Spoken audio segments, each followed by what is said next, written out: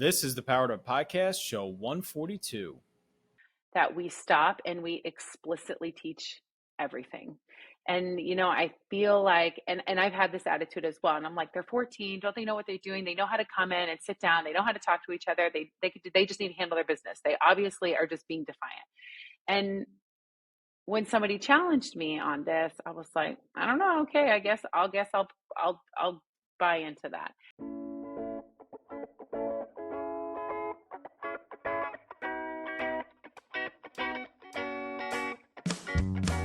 Welcome to a real-world education with insight and advice from teachers in the game, where current and former educators reveal what truly sets apart the great teachers and what it takes to make a positive impact on students. Whether you're in pre-service learning, new to the game, or a seasoned veteran, this is the show for you. You'll leave feeling inspired to take action because we are powering education by empowering you.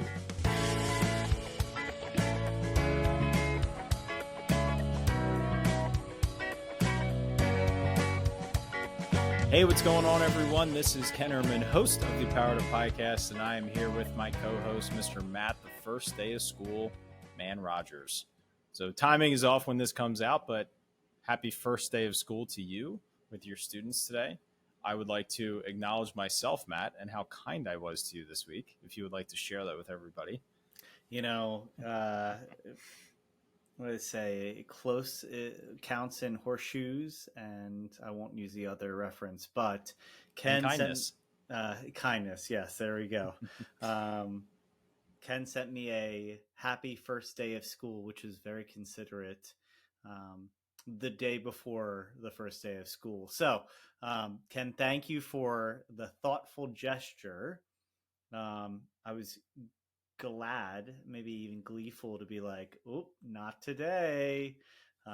So was I still at school when I got that message? Absolutely. It's beginning of the school year for us. So, you live at school, even though you're not contracted to be there. So Definitely.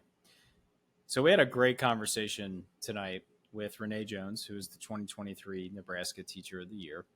And I thought it was particularly enjoyable because of the topics of conversation were related specifically to what she teaches, which is very different from what you teach, but the lessons and the ideas paralleled everything.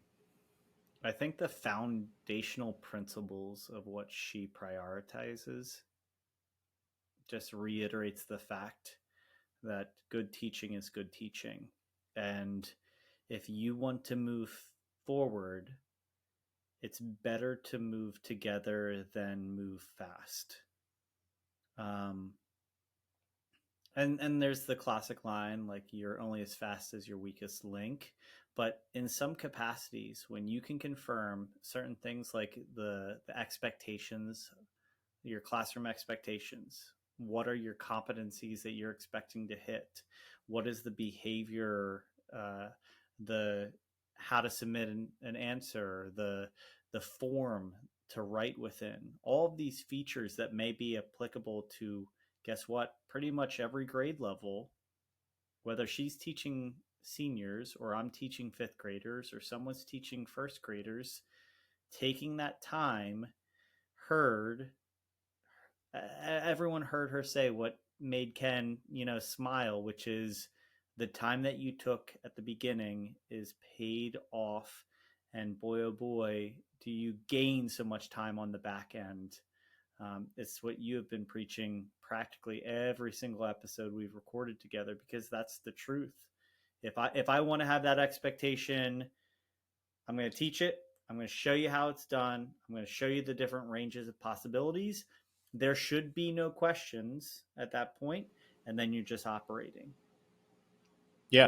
What do most of us do, though? Reactive teaching, which is respond and prompt and hope that it's going to sink in, and it doesn't. So yeah, I couldn't agree more. And I use the phrase "invest in your students" over and over again on our conversations here and outside of this podcast, because it's flat out true. It is flat out true. I even directly asked her how much time does it take up, and she she gives a great answer to that.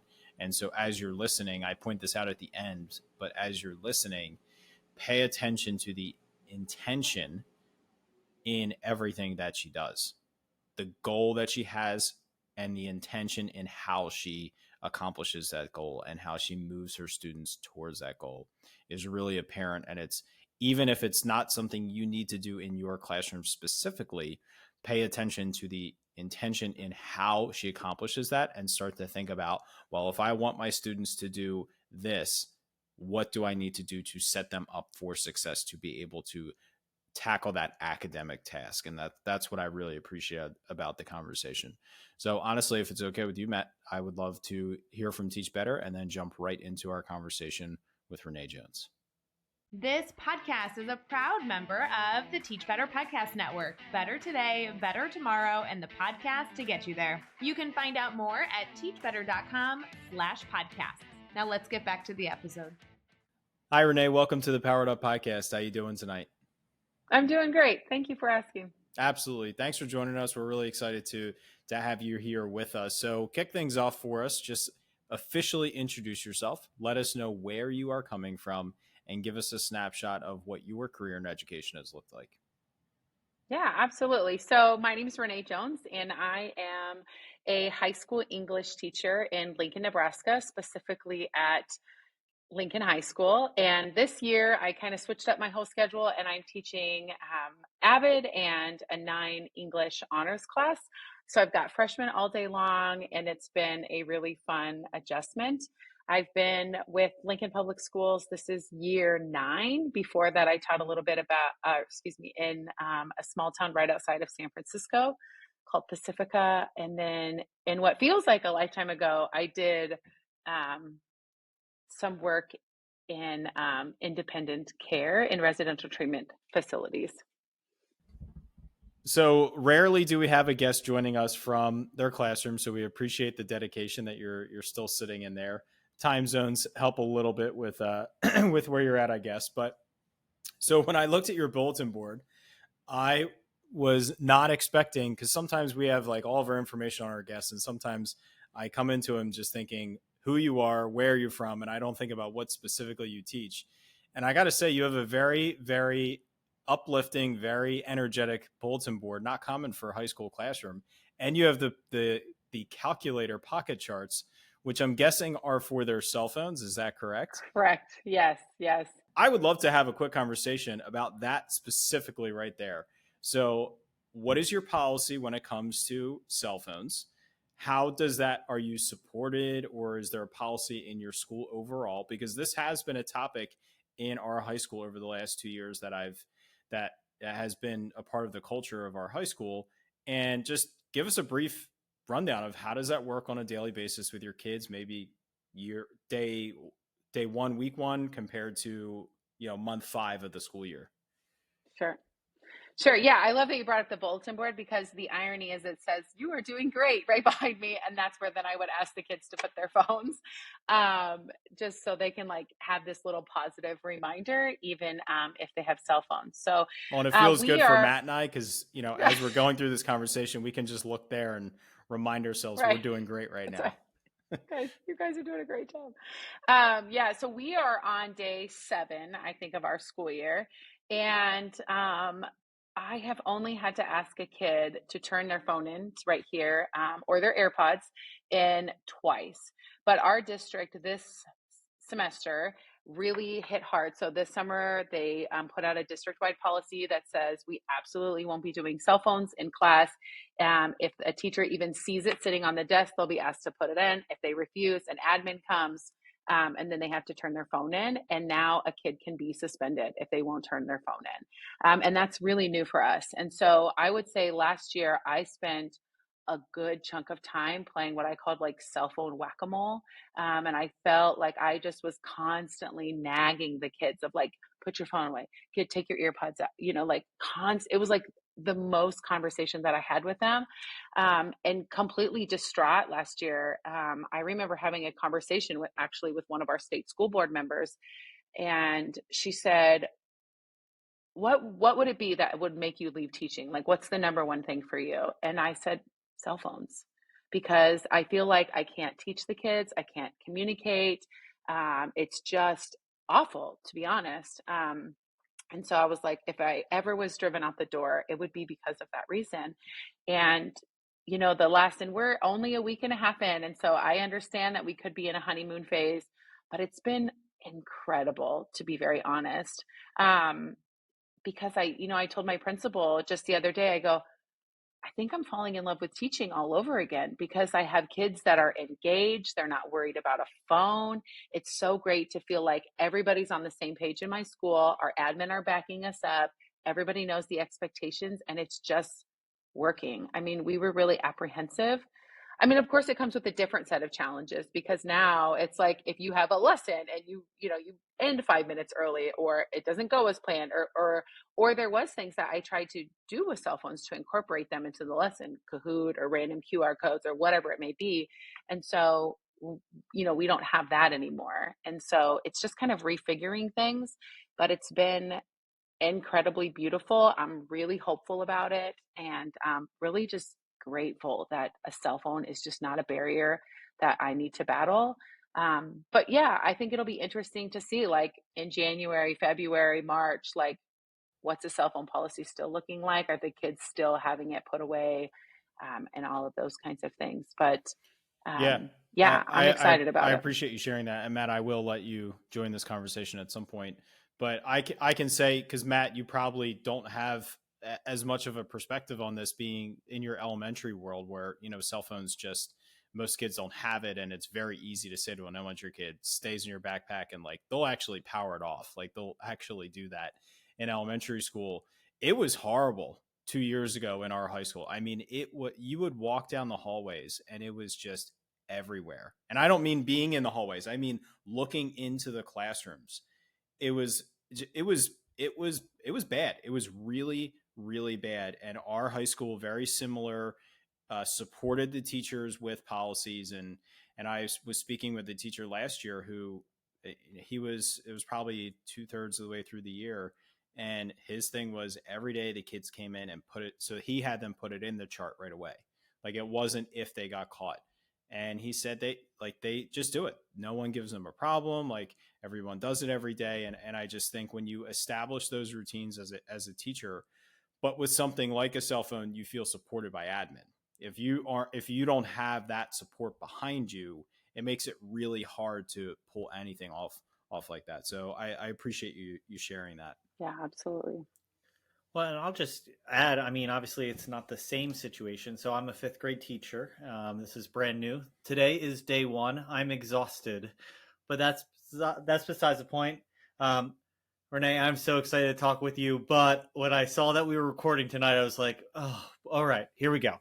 So that being said, I had a conversation just yesterday with someone not in the field about the idea of setting policies, even if you don't know if what policy you're setting is the right one.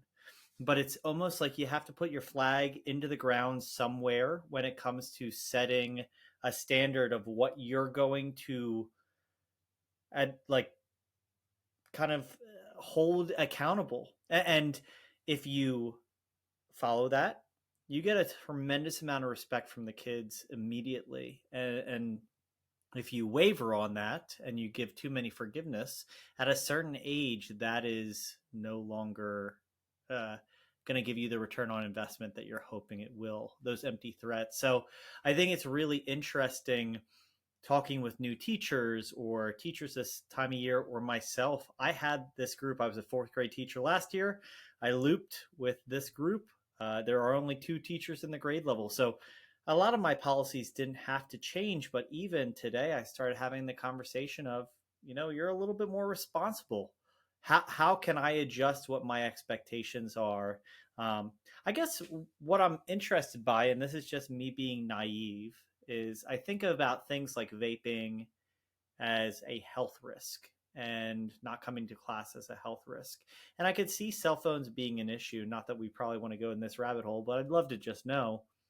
Cell phones obviously are a huge distractor, but with appropriate modeling and guidelines of when and where it could be used, if that were to be followed, I'd imagine it's not nearly that disruptive. how do you see kids most frequently using the cell phones that is really causing such I mean, you mentioned it, like a dissatisfaction with education, Renee? Mhm. Yeah, I think, I was really on camp. We just got to teach them how to appropriately use their cell phones because, I mean, the reality is that cell phones aren't going anywhere, right? And so in my head, I was like, we can be, these vessels for teaching them how to do all the things and how to still show up on time and to manage them appropriately. And, after several years of doing that and trying and building the relationships and, trying to do all of these things, I think what I just kind of came across is that I think I'm kind of giving too much credit to these kids and to figure out what they can handle and what they can't handle. And they really just need me to set a hard boundary for them because they're just not there yet. And, I mean, last year and several years, I've taught seniors, and there was just so many kids that by the end of the semester, they had spent so much time on their phone or so much time not managing, their work or whatever it is, that they just were so far behind. And some of them, they don't end up passing. And that's, of course, that's not always the case. But it's just a distraction it takes away from valuable conversations and relationships that they can build with each other. And so I think it just is the appropriate move from my experience to just say, we can't handle it. We just aren't there. And you can learn proper digital citizenship outside of the classroom, outside of school, and all of those things. And to be honest, it was also a safety concern, right? Because people are texting each other, there's this fight happening, or, oh no, she didn't say this, or, oh yes, she, or like meet me in the bathroom, or all of these things. And so it's just one of those that I think it was doing more harm than good. And so I'm very grateful that we've just had this hard, this hard rule, just the line drawn in the sand. And I just think that's funny, Ken. Feel free to jump in. Like, that is totally absent to my mind. And then the moment that you make those points, you're like, oh, of course, I totally understand. But as an elementary teacher, I'm not worried about instigating or the distractibility or what have you. So I know that's probably obvious, and who is listening is like, Matt, what are you talking about? Of course, you know these things because they're common knowledge. And I think I could absolutely see where you get distracted and down the communication, or frankly, the idea of being recorded as an educator by a student in a way that you're not comfortable with. There are totally ways that make sense why that could cross boundaries and just distract from priorities. But I think it's hard, right? Priorities right now are hard because now more than ever, shall we say, the kids' priorities are not necessarily motivation to hit graduation. And we're seeing that the idea of going on to college is a track for many, but it does feel like it's a lot less, that there are some more instant gratification items. There are some more hands-on items that maybe hitting that high school diploma is more of a family celebration than a must do in a child's future plan. And I can appreciate what you were saying, Renee, about trying to teach them and trying to encourage them good habits. And I think it's so important for us to do that with so many things in education, but I just don't think society is prepared for that with cell phones, because I don't think it's just a problem for kids nowadays. I think adults are still learning to navigate appropriate usage and boundaries of cell phones, myself included. So as a high school English teacher, I am sure that you only have students that love reading, love writing, and it is their favorite part of the day, 100% of your kids. So in the rare occasion that you have a student that perhaps does not enjoy reading as much or does not enjoy writing as much, what do you do to help motivate them or to help connect them to what you're teaching and what you're doing in the classroom to help support those students that are going to come in with that resistance to reading and writing? Yeah, I think I really try to make a lot of real world connections. And so they feel like, or at least I can talk to the value that this has. And even some little things about like how do you write a proper email? And, because we can learn to construct a sentence or learn grammar rules while still learning these things that they can see. Like, no matter what kind of job that I have, I'm going to have to be able to write an email that my entire body of the email is not in the subject line, right? Like these kinds of little things. Um, and just really showing up excited. And so I have a lot of energy. I'm pretty loud. And I think the way that you show up for these kids is really important. And I had somebody really early on tell me that, like, the kids don't have a choice. They have to be here, but you do. And so they don't get to pick who stands in front of them every day. And so use that. And like, what a beautiful gift that is to be able to talk about writing and reading with these kids.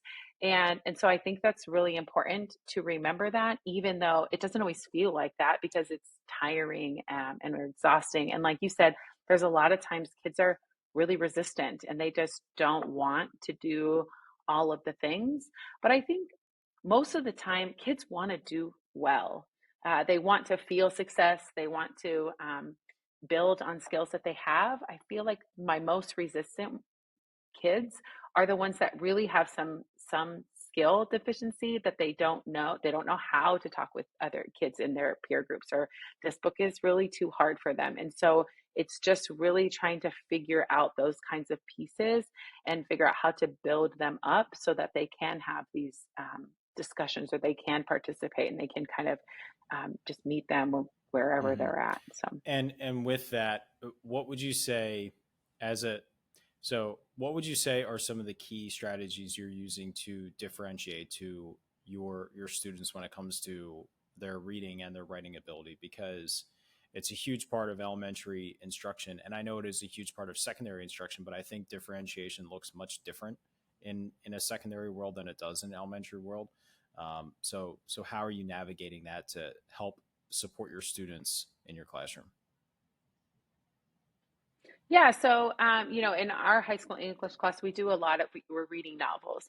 And a few years ago, our district adopted the idea of literature circles. And so every time, we've got some essential question or some thing that we're working on for that quarter, that unit, or whatever it be, we have a variety of different novels that we choose from. So it's no longer it's very rarely the case that you're going into an English class and you've just got one book. You've got to read that book. You don't have any say in that. And it's all the same level, but that's just not the case anymore. And so now you get to pick different books that, like, thematically we can have a discussion and we can still do, like, meet the same objective, but the lexile levels, their reading levels are different, or maybe just the interest of characters, like maybe they want a female protagonist versus a male protagonist, or whatever, or there's just a different perspective that you can bring in. So I think for me, that's a really big one. Or I even have a couple units where we do some of the kids use graphic novels, and so that they can confidently read a graphic novel, so they can feel success in the classroom. So then they start taking a little bit more of those risks. And I think that's a really powerful way to get everybody engaged, meeting the same objectives, having relatively the same types of conversations. Just the book that they're reading is different. That's interesting. I was working so I'm an instructional coach. I taught fifth grade for a long time, and now I work with our secondary teachers. And I was working with a high school English teacher. I'm pretty sure it was a freshman class, and they were doing lit circles and they had different novels. And he was doing a really interesting thing where they would have their book discussions in front of the class for the other groups to observe the conversation. And they were all working on similar literary concepts like theme, or, like you said, about character analysis. And the teacher would even give the groups specific bullets or specific questions that the listeners should be able to answer without having read the book, but information that should come across in the conversation. And then the observers of the conversation would have to answer those questions and also compare and contrast their own story to what they were hearing in the conversation with the other groups. It was a really interesting thing that they were doing in the class, and it also helped the students say, like, that sounds like a really cool book. I might read that on my own. And it really helped them focus on the literary concepts versus just what was happening specifically in the story. Yeah. Yeah. So we're not just focusing on like the comprehension and, but digging into some of those pieces. Yeah. And I think sometimes kids just need to like see those examples or hear other people, because they just make it bigger than it is. And they're like, I can't have like analysis conversations, with my peers. I don't have that skill. And really, once they see it and they're like, "Oh, that's it? That's all you really want me to do?" I'm like, "Yeah." So, then, yeah, it builds confidence that way too. So, yeah, that's pretty cool.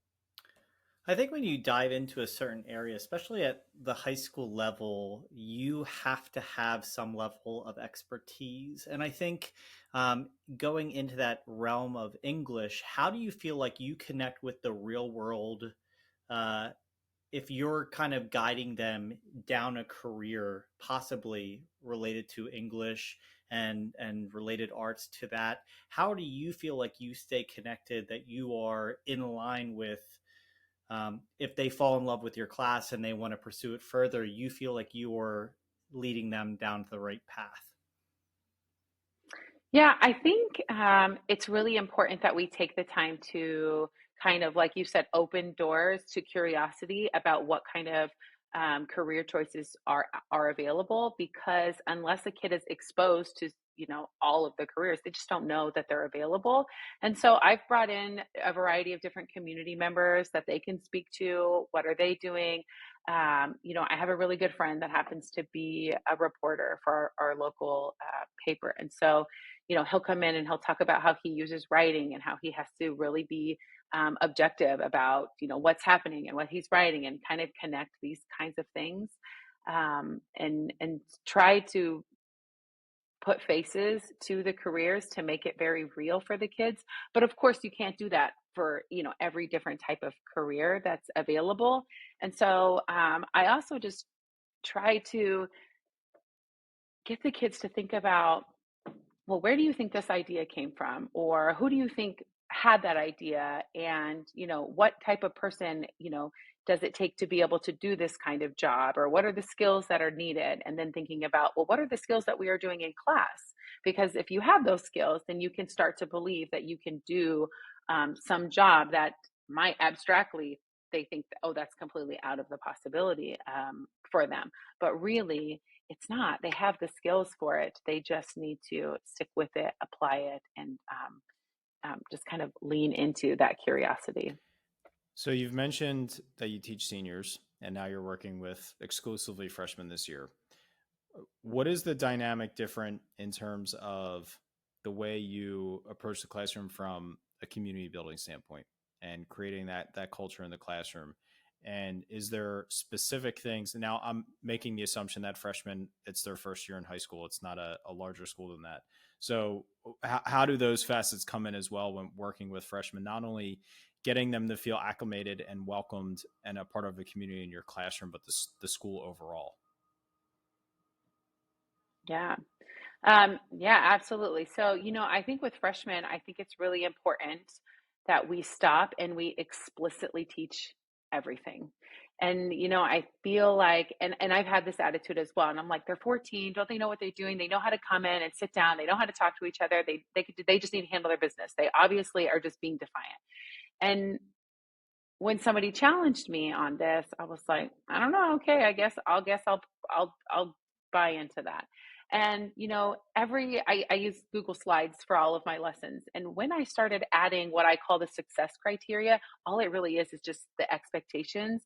And so we have our lesson and whatever we're doing, and then I go through on the slides of just like, hey, here's what it's going to look like to feel success. And we quite literally, you turn your body and you give eye contact to this person, and then I give them a sentence frame, right? And it would say, this could sound like this. And so it's really just taking away the guesswork, out of it, and just being able to articulate and to do the motions of things that I think for far too long, at least I can speak for myself, just thought, well, they just know how to do this. And so taking it away from that. And I think it really starts, and something that I did with my freshmen this year is that, I gave them a paper, and I taught them how to formally introduce themselves, and I asked for them to formally introduce themselves say something they're excited or not excited about for a class and asked to be sat somewhere near the front of the room. And they went and introduced themselves to each one of their teachers, and then their teachers had to sign it off. And some of the kids were like, oh my gosh, you want me to what? Talk to these teachers. And I was just like, you are the community that you build. You've got to take that first steps. And if you really want to be successful, these are the things that research tells us are effective and are helpful. And so, while sometimes they'll kind of grumble and they'll just be like, "Come on, miss, I know how to introduce myself. I know how to shake a hand." And I'm like, "Cool, then like just humor me. Let's just try it out together." Um and just like joking with them, but also still like, I'm still going to ask for you to meet this expectation and to do this thing. Because if you can go and introduce yourself to your teacher because your English teacher is making you, then you can probably have a greater chance of going in and asking for help because you have even a little bit of a one-on-one conversation where you're initiating that. And so I think just these little steps are really important. And even just like pausing to have the conversations about like, well, how do you join a club? Or how would you get involved with sports? Or what would you like to do? And why is that important? And just encouraging the kids to be a part of the community and how impactful that can be. Well, I love what you said because I've been doing a little bit of writing, and one of the things that I've been writing about is one of the worst phrases we use in education is "students should know." It shouldn't exist in our vocabulary. They should not know. It is our job to teach them. Whatever you're saying they should know, you should be saying, I should be teaching this, right? Whether it is organizing your files in Google Drive, it is introducing yourself to another adult or to a class member. It's knowing what proper turn and talk looks like. These are things that we have to, and I love the word used, explicitly teach them. If it's an expectation for you to have in your classroom, it's an expectation for you to teach it. It doesn't matter what grade level, it doesn't matter what age level students are. We have to explicitly teach these things to our students if we expect them to do it on a daily basis in our classroom. And that is just reality. And it's not hard, right? How much instructional time have you lost now that you have added the success criteria to the lesson? I would argue that I gain time because I'm not playing whack-a-mole. I'm not like, hey, Johnny, turn your chair around, or hey, and it's like having a more positive conversation because I don't want to nag these kids any more than they want to be nagged. And I was finding like my mindset when I was asking them, correcting them all the time, I was leaving and I was just like, oh my gosh, I don't know. I don't know if I can keep doing this. This is exhausting. But I found when I was pre-correcting far more than I was correcting, that I just was having more fun. And then eventually you can add to those skills, once they learn how to properly turn and talk, then you can, ask them to like move across the room and have a conversation with a different person. And just kind of like integrating more of these skills that really are helping them become just better humans, how to just have these life skills. And we're only in week 2 for us, and I have my kids have planners, and because they don't know how to plan for homework. They don't know anything about backwards, like backwards thinking of like when I need to do what assignment and there. And like, that's not necessarily an English skill, unless you consider that their homework probably isn't going to get done if they don't know how to plan. But it's really important that I take the 5 minutes and just say, hey, you need to write this down in your planner. And what did you learn in math today? Do you need to write that down too? When are you going to do that stuff? And just kind of having that conversation rather than the conversation of like, you lost your paper again. What are we going to do about this? And I think it just hits different when it's like a pre-correction versus just like a constant correction. And I don't know if you feel any different, but I almost feel like it's easier to justify the pre-correction to your now freshman that you have. It's almost more acceptable for you to be like, yeah, I need to make sure you understand. Whereas to utilize that skill with a senior might not feel as comfortable from the teacher side of things, even though you're just setting the ground rules of what you want and can expect. And the beauty of that is we all fall in line. And one of the things we continue to echo is that exact thing. We often say that good teaching is just good teaching. And for so long, I've thought about that as maybe linearly between our high and low students, but even vertically with the different grade levels, you teaching how to do those expected criteria and those expectations and those guidelines, that pre-teaching makes a huge difference. Well, guess what I'm doing? The same exact thing. Guess what a first grade teacher should be doing? Probably the same exact thing. But, I wonder, it probably feels a lot more natural for me and a little bit less comfortable for you as you're dealing with true adults or close to adults. Yeah. And I mean, last year when I taught seniors, you get to about the like April mark and you're like, in 2 months, you might not even live at your house. Some of you are moving across the country in a few months. And so I did have those thoughts of like, who am I to tell you when to get off of your phone or let natural consequences? But then the reality is that like, even in our jobs, people pre-correct us or tell us things all the time. Like how many times does the district come out with something that you have to do in your job, or your admin says you need to do this, or if you've got like a teacher mentor, and mentors are telling their mentees things all the time. And so I think it's really just about how you approach it, and making sure that you're being respectful about it. I think some people come at like these 18-year-old seniors and they're like, oh my gosh, you just don't know anything. Here you are again doing this thing. And then it's just like, well, I mean, they probably don't have any respect for you now. So of course they're not going to listen, or want to even learn that skill, because you've just kind of shot them down. And so the approach, of course, does matter. But yeah, I think it is harder. And I have that like internal thing where I'm like, oh, I have to set these kids up for success because they're learning how to do high school from me. And if I don't do a good job, then they're really going to struggle for 3 additional years. So, yeah, I think that kind of motivates me to add some more, but I do think it's a little trickier with So I the guess older kids sometimes. we've talked about, again, this is not my realm. So I'm asking questions that may come off obvious. If you feel that way, feel free to divert. You can shift, but respect is a huge thing in your realm. When you honestly give respect for kids, their opportunity, and their ideas, I'm sure that translates quite heavily. What are some of the ways that you feel like you develop that respect, either consciously or unconsciously, that allows your kids to build connection? Because like I said, you are the gateway to high school for a lot of these kids, and we've often heard that it may not be what you do in the classroom, it might be the environment you create, and you mentioned clubs and organizations outside of your other responsibilities. How do you continue to, as you say, prepare them for the real world, but set the guidelines that, I'm talking to you as straight as possible, not just your instructor.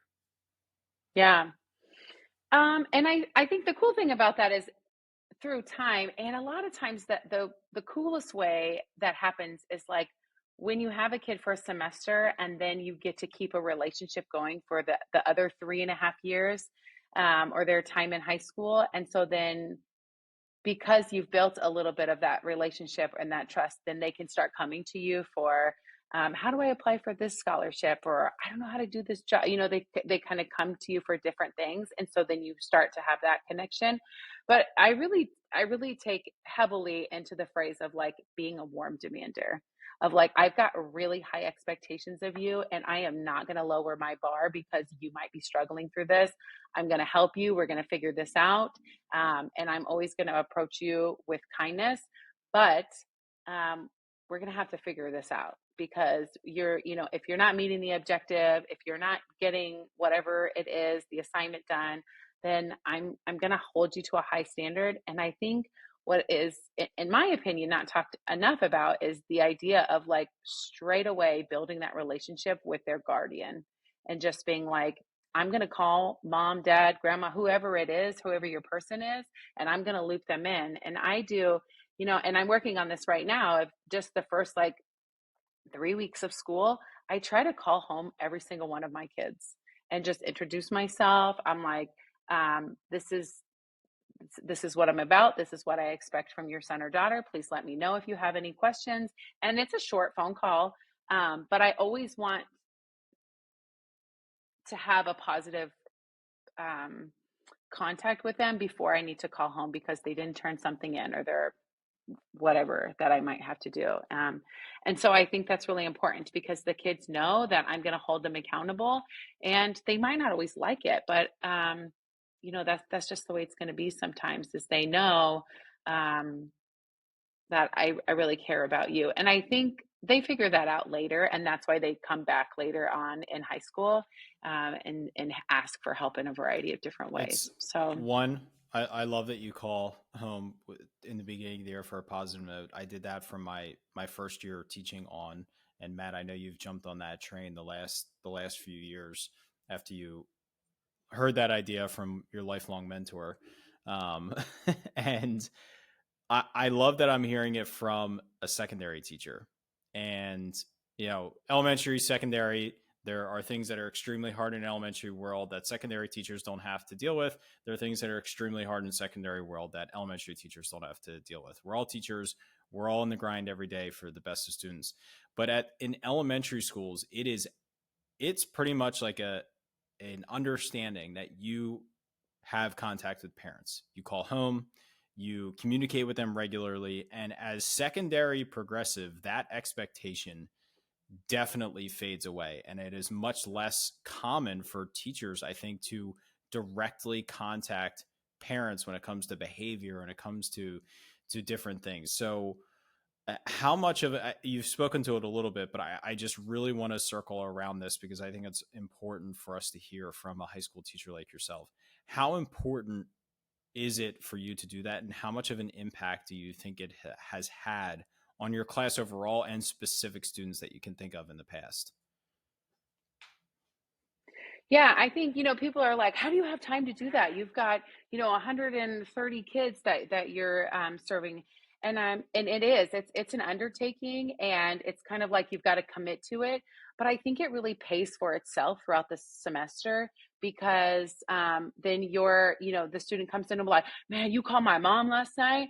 Yeah, we chatted about, this, that, and the other. And then like if they see me at the football game on Friday night, then they'll come up and talk, and then the kids kind of just see that like, hey, these are two adults that are working together. And so I know that Mrs. Jones is going to call home and she's going to tell my mom that I didn't turn in my paper in XYZ. And I just think it's really important. And, a couple of years ago, one of my own children, his kindergarten year, she sent out an email and she's like, hey, could you fill out this Google form about when I can come make a home visit? And I was like, a home visit?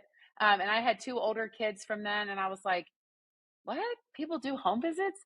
And she did. She came to our house and she met the kids, and she was there maybe 4 minutes. And I just remember feeling so much more comfortable having my son in her classroom and just feeling like I could really go to her and ask a question and not feel, dumb. Because I'll be honest, as a high school teacher, my kid's not getting like phonics. I'm like, I don't know how to do this. Can someone dumb this down for me? Or like my son came home with these math manipulatives last year, and I'm just like, can you send me some YouTube videos? I'm pretty lost. But that feels embarrassing to ask for those kinds of things because as an adult, and for me as a parent, I'm just like, I'm the mom. I should have this figured out, and I don't know how to help them. And so to create that partnership is really impactful. And I think it just helps when like, when the admin comes at you and they're like, but have you called home? Have you done this? And you're like, yeah, here's all of the things that I have done. And of course it's not just about that, but it is nice to be able to have that running log and to just say, hey, yeah, I do have this pre-established relationship. And yeah, I just find that it helps save time later on with behaviors. Right. And so I found it to be similar worth to my time. your success criteria. It's an investment. It's an investment in time. It saves time, and And Matt, I'll let you jump in right after this. I just want to say from the parent perspective, that feeling that you get. My son is going. My oldest is going into kindergarten this year, and like I can tell his teacher is really there to care about the kids, and I already know my son is going to feel loved in that classroom, and I already feel good about his year that hasn't started yet. And like after meeting her with my wife being able to say to him, I said, I think you're going to go to school and you're going to be happy every day. And he just got like the biggest smile on his face. And I know that because I don't care about her content knowledge. It's because I could already tell the way she's going to make him feel in school. Well, I was just going to say, speaking of making people feel, Renee, you are echoing so many things that over 100 some episodes, I get to hear Ken go on and on and on about all of these, unwritten things that really make a big difference in the classroom. And so kudos that you don't see the limitation of the grade level being a contributing factor to why you can't do that. And I struggled to call 25 parents this year. That is nothing compared to the hundreds of some that you have to get in contact with throughout the year as well. I guess one of the things that I would love to know is you have done a great job displaying what is great about being a teacher that we could all understand. I would love to know about you in your subject area. What makes you, and Ken tends to ask this question probably neater than I do. If I were to talk to one of your students, what do you think they would share is areas that you excel at as a teacher, whether that's project-based learning or content application? What are those aspects that make the time in your room extra special? Yeah, I mean, what I hear kids say all the time is, "Man, Jones is doing too much. He's just doing the most." And I say, "Thank you," because to me that means that like they're engaged and they're talking with people. Because I as a student, I don't love the sit and get. It can be really effective. Some people really like it, but I just like to build communities, and all of my desks are in circles. The kids um, this is not really a popular belief, but I have, the kids on day one, they make these name tags, and every day in between plan periods, I put their name tags out on different places. And some kids, they have to be, near the front, whatever. I still manage that, but I'm like, hey, I want you guys to know the names of every single kid in this room, and I want you to feel comfortable talking to every single kid.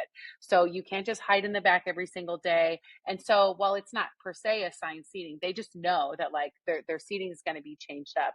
And I think that's just really important to be able to hear different people's life perspectives and just to be able to have conversations. Because there were many years where I taught kids and they'd be like, "Yeah, you remember that one girl that like wore that purple sweater a lot?" And I'd be like, "Oh, you mean like Lily or whatever her name was?" And they're like, "Yeah, I don't know." And so I think that's for me one thing is like I really am big on just communication skills and building relationships.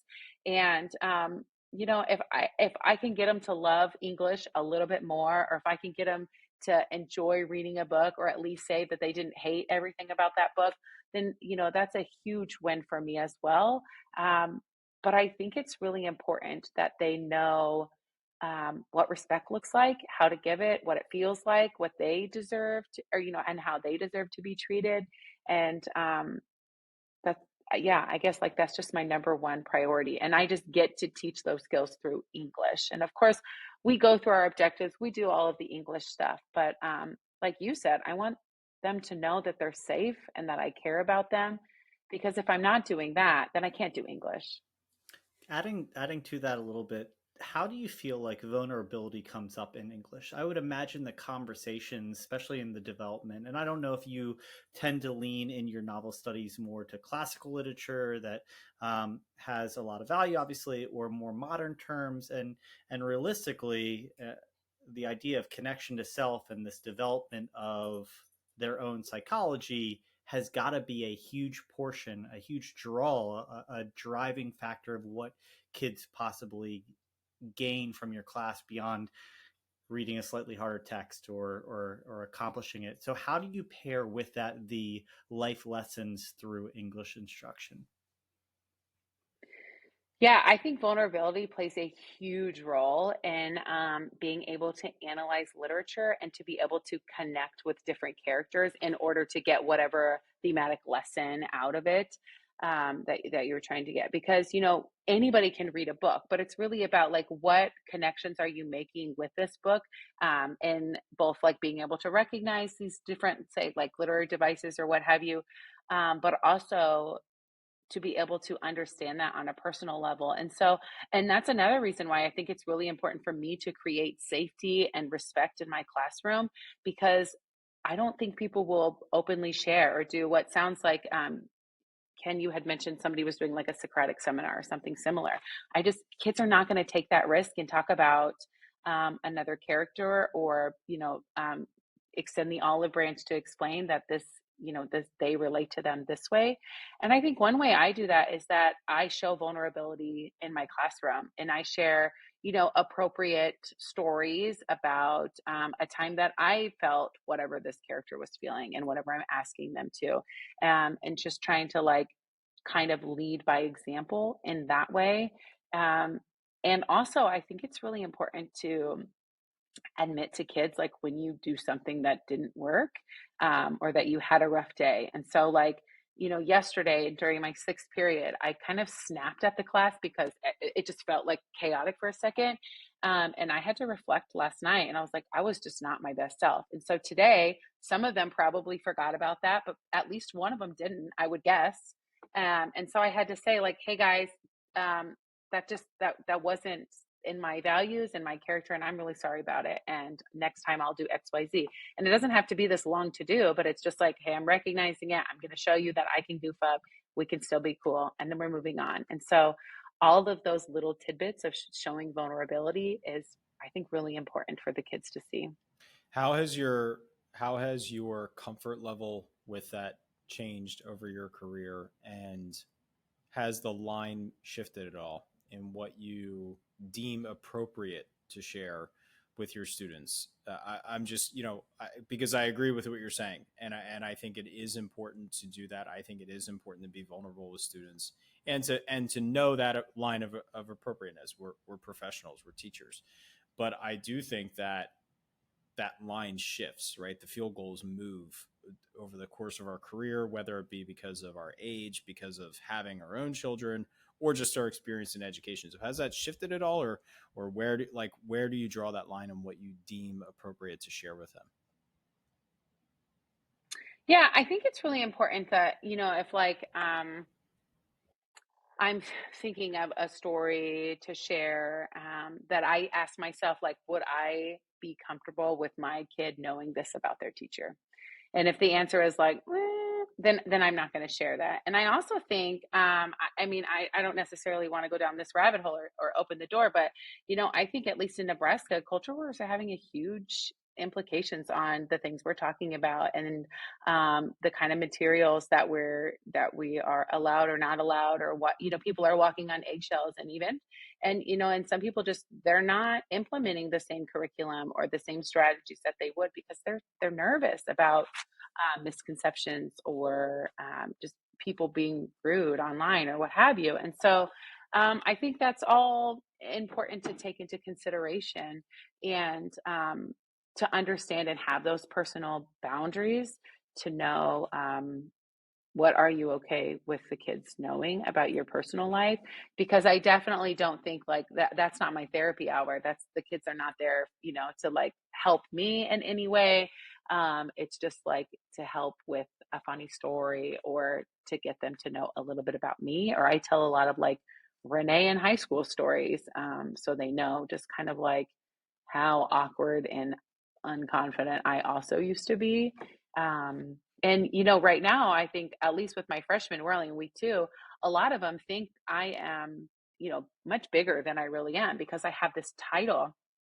And I got to meet, the vice president, and or not the vice president, excuse me, the first lady, like they see these pictures in my room. And I'm like, whoa, whoa, whoa, like we're all just human. And this is just like a cool thing that I've got to do. but just telling those stories so that they get the right perception of who we are as people is important, I think. Well, I think that's even hard. It's that line of vulnerability. And Ken, I'd love to know, you've been out of the classroom and how you would approach it your own right. That line of vulnerability is in some ways how you create respect. That is how, if you're modeling it and doing it authentically, because that's the other part, they see through if it's not authentic. So obviously setting those barriers of this is a story to share or not to share, or uh, I tend to self-humiliate myself. Self-deprecation is the best form of lowering the tension in the classroom. But I do really agree with what you're saying, that we can share more. I often say I don't have to wear a ironed or pressed shirt anymore to school. If I have a few wrinkles, it's okay. Like, there's a little bit more informal education right now. And it's really challenging when outside factors are influencing what you think is the best for kids. But if you go back to that moral compass, and I like how you said, if I would feel uncomfortable if my kids were hearing this about their teacher, as someone that doesn't have kids, if there is any capacity that I could think that this could be taken in any way other than positive, or, oh, that was just silly, then maybe it's not worth sharing. But otherwise, you are allowed to be seen as human. And I think that's something that, especially this time of year, we have to echo, because portraying yourself as human, making connection to students that's authentic, it has to still be a priority, but under the appropriate guidance of how old your kids are and what they can handle hearing. I would agree with all that, and I would just say that I think the age level you teach has an impact on what that is, and I would do very similar things to you, Renee, in terms of talk about my experiences in school, and it relates to something I've heard from you a lot. I feel like everything you're sharing with us that I love is it's all intentional. Shifting their seats is intentional because you want to be able to facilitate better conversations in your classroom, and you want them to know who their classmates are. Telling these stories, being vulnerable with yourself, is so that they feel comfortable and confident to be a little bit vulnerable in your Socratic seminars, in your discussions. And there's a lot of intentionality in all of the little things that you shared with us, and that's what I appreciate so much. And it's a good reminder for teachers that when we want to create specific results in our classroom, we have to be intentional with the activities we do and with how we approach teaching and learning in our classroom. I was recently working with a teacher who was exploring the idea of using some screencasts and flipped learning in her classroom.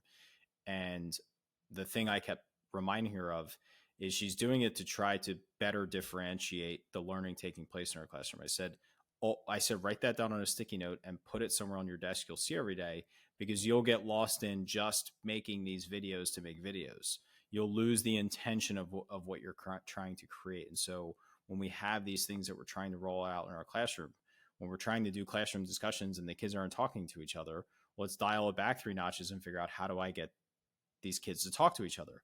I move around their seats. I, facilitate these different experiences. And I just really appreciate hearing all of that from you. I apologize if I missed this, but just so our audience knows, or I can now point out the fact that I wasn't listening for a portion of the beginning, you're the 2023 Nebraska Teacher of the Year. Did you say that in the beginning, or are people going to be sitting here wondering why you met the First Lady? I just want to acknowledge the fact that you won that award. Oh, yeah. I don't know if I did. Yeah, I don't know that I did say that, but yes, it is one of the greatest honors of my life, to be very honest. It's been a very cool and what was the most experience. humbling part of the whole experience? And you can't say winning it. No. I think, oh, there's my lights again. I think just surrounding myself with people that have this incredible mind shift about education, and they just show up every day for kids and to do what's best for kids and just understanding and learning from them and having those people to be able to lean on. And now I know at least one teacher in every single state in the United States, and I've had conversations with them. And how cool is it to be able to lean on people and everybody just wants to help you and your kids be better. And so it's really just such a neat part of it. Matt and I, in a non accolades way, can relate to that very much, because we've had a conversation with pretty much every teacher in every state through this podcast. And that's why it's so easy for us to now record our 142nd show, because we get to do that. And Matt has said multiple times that this podcast is the best professional development of his career, and it reinvigorated his own career because we get to talk to amazing teachers like you. So I can definitely relate to that. And even to add, you mentioned that your time in front of your kids is not therapy, but I will tell you that something like this, an outlet where you're trying to see from a different perspective, and now the community that you have access to through Teachers of the Year across the country that probably feel like are doing grander, more incredible things. Like that's how it's amazing to hear week in and week out how, as you mentioned, you're all human, doing what you think is best in kids. And in some ways it's taking it to that next level. And it's maybe one or two steps further than what we're already doing as educators. And it makes me feel really grateful that we are surrounded by a lot of great educators. But it sure is probably nice to get that validation every once in a while. You surely deserve it. Thank you. Yeah, I wish every teacher got, at least a nugget of time where they just kind of dote on you or send you to get professional development. Because I agree, the most I've ever learned about this profession and on how to support kids is through most often casual conversations with other teachers. And it didn't matter about grade level.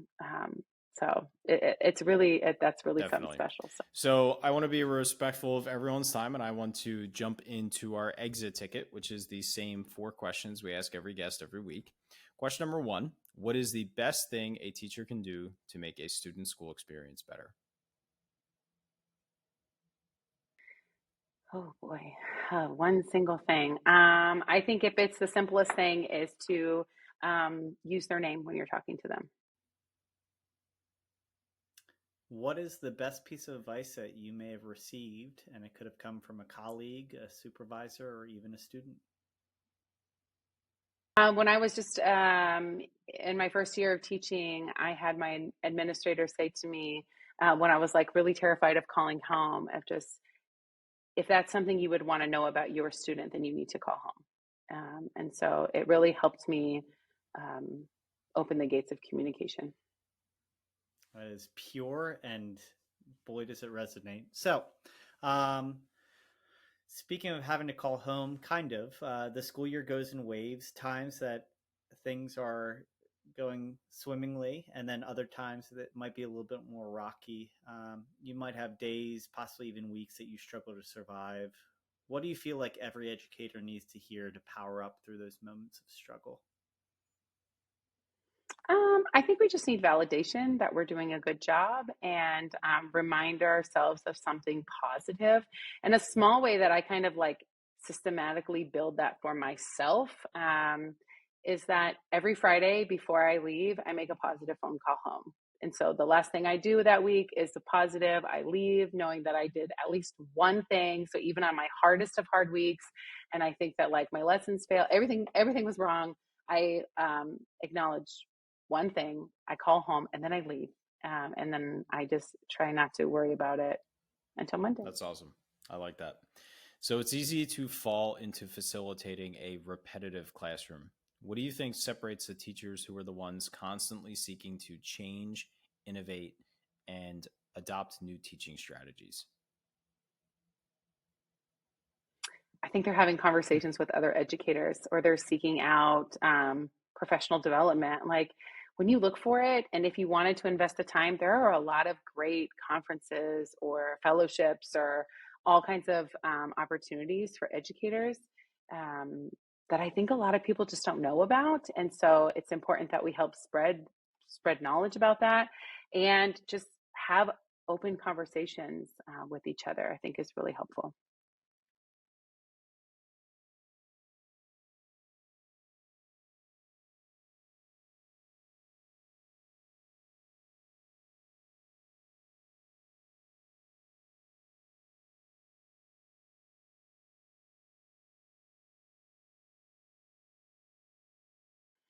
Yeah, well, my Twitter handle is Renee Jones Teach, and my website's the same, reneejonesteach.com, and I'm happy to have any conversations or support anybody. Oh, lost my through those avenues. Thank you so much, Renee. This has been a really refreshing and enjoyable conversation for Matt and I. So thank you for your time.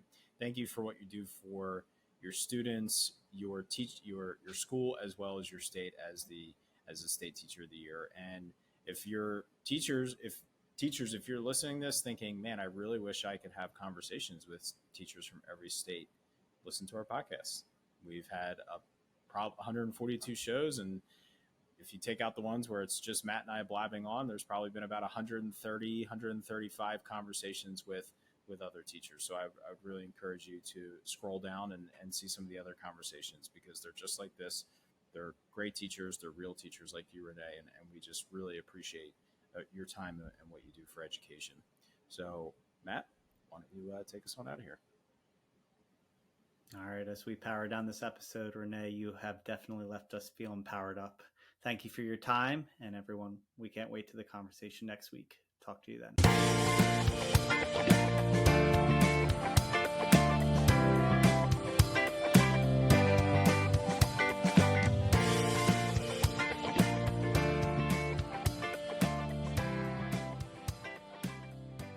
Thank you so much for listening to this podcast. If you haven't already, please subscribe on whichever platform you're listening to or watching us on YouTube.